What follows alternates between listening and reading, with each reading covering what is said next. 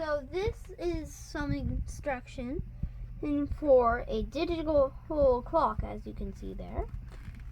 Alright, but this will involve some soldering.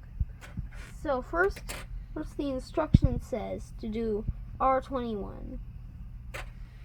And what's that in your hand? And this is a resistor. Uh-huh. We use this to make sure it's good. Yep, we checked make sure it was the right one. And where's it going?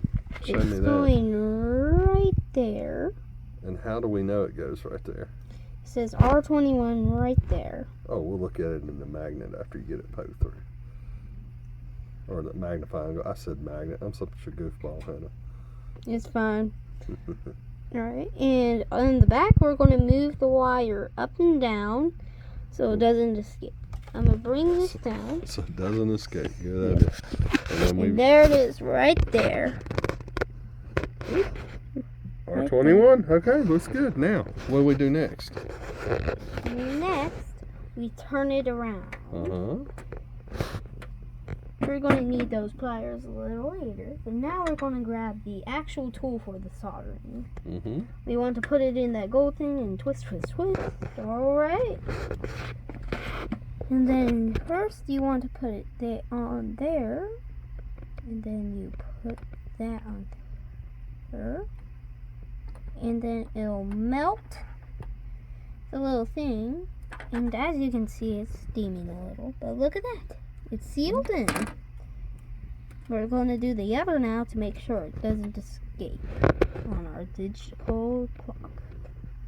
Get that one a little good.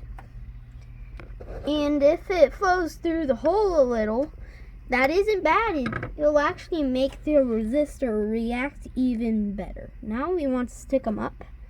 As you can see, they're pretty good stuck in there.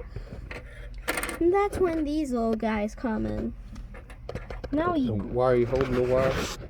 We hold the wire so it doesn't run away and fall on the floor. They're really hard to pick up, trust me. Yeah, and then you just go on and look at her go, putting it right in the trash where it goes. Good for her. Yep. Good for Hannah.